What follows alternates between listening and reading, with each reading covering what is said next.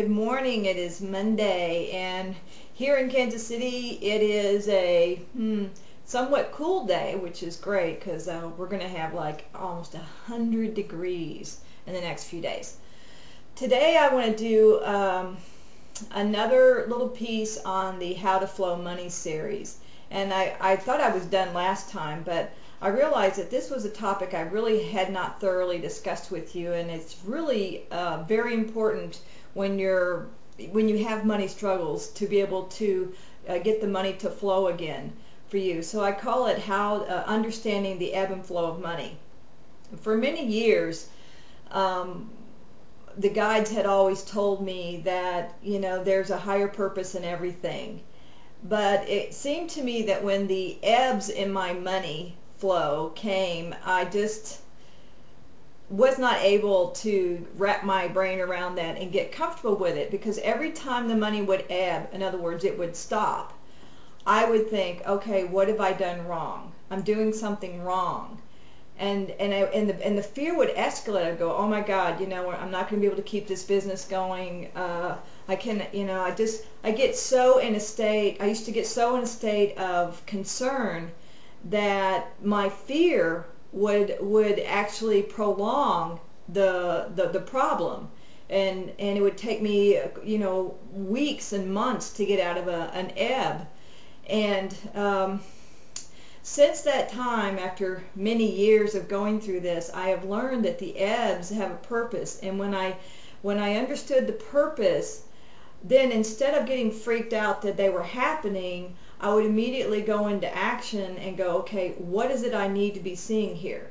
So let me tell you what the purpose of having the ebbs in your flow of money, what that purpose is.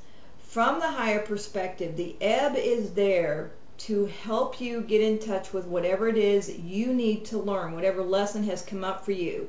So in other words, you know, you have a roadmap through life that you have created before you came into this lifetime. And on that roadmap, there were certain lessons you wanted to learn. And the lessons are all around the beliefs that are dysfunctional, that you have picked up along the way through your many incarnations as a soul. And these dysfunctional beliefs do not allow you to integrate the light and the dark. And that's the whole purpose for this, you know, for evolution in this particular universe. It's what we call the polarity integration game. The integration of light and dark polarities. So you have all these lessons around integrating, you know, and around these beliefs that you've picked up where you are not able to integrate the light and dark because of the beliefs. So how do you know when it is time for one of these lessons to occur so that you can attain soul growth? Well, you many times will find it will occur through an ebb in money. Now, some people have it set up to where money is the indicator for them. For other people, it's health. For other people, it's relationship issues. Everybody's got their thing that they have already put in place to be an indicator of when there is a lesson to be learned. So for those of you who have ebb and flow as your indicator, and most everybody does, in conjunction with some of these other issues as well, you know, health issues and relationship issues.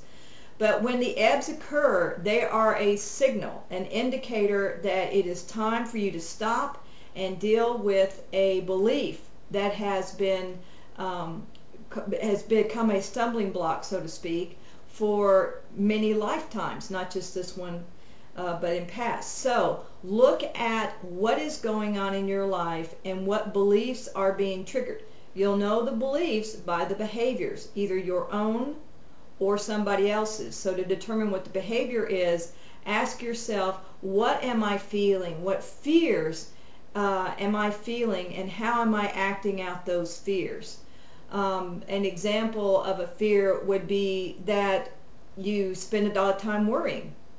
Worrying as a behavior that comes from a belief that you don't believe that you're safe, that everything is not in divine order.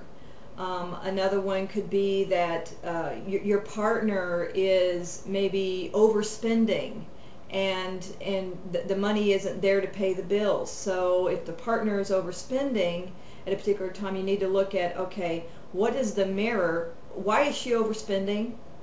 And know that that is a mirror of something inside of you. If she's overspending with money, or he's overspending with money, that is a mirror of how you're overspending energetically. You have an energy account, which we talked about, and you're overextended in your energy account. You keep expending money on things that are frivolous from the perspective of, your personal self, your health, your ability to keep your energy account at a certain level. And you'll know it's frivolous because you'll look at what your partner's spending money on and thinking they don't really need that. That's frivolous. So everything is a mirror.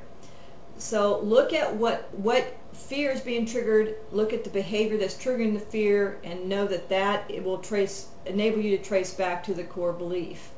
And the core belief in the particular situation I'm talking about is a belief that you must be for others. And in other words, in order to have the right to be here and take up space on the planet, you have to be useful, you have to be worthy, you have to be of value to other people. You don't have the inherent right of being valuable just because you exist as a soul, which is actually the case. We don't have to earn our right, because that's an indelible right that we all have as souls. We don't have to prove our worth because we are already worthy, because we are all aspects of God, children of God, if you will.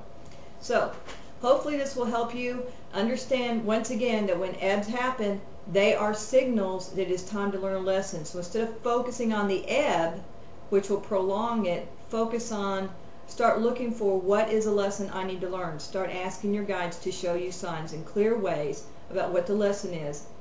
And they answer. They love it when you ask, because they've been waiting for you to ask. And they'll answer in all kinds of ways, and the signs will be there. You just have to be able to recognize them, and that takes time and practice.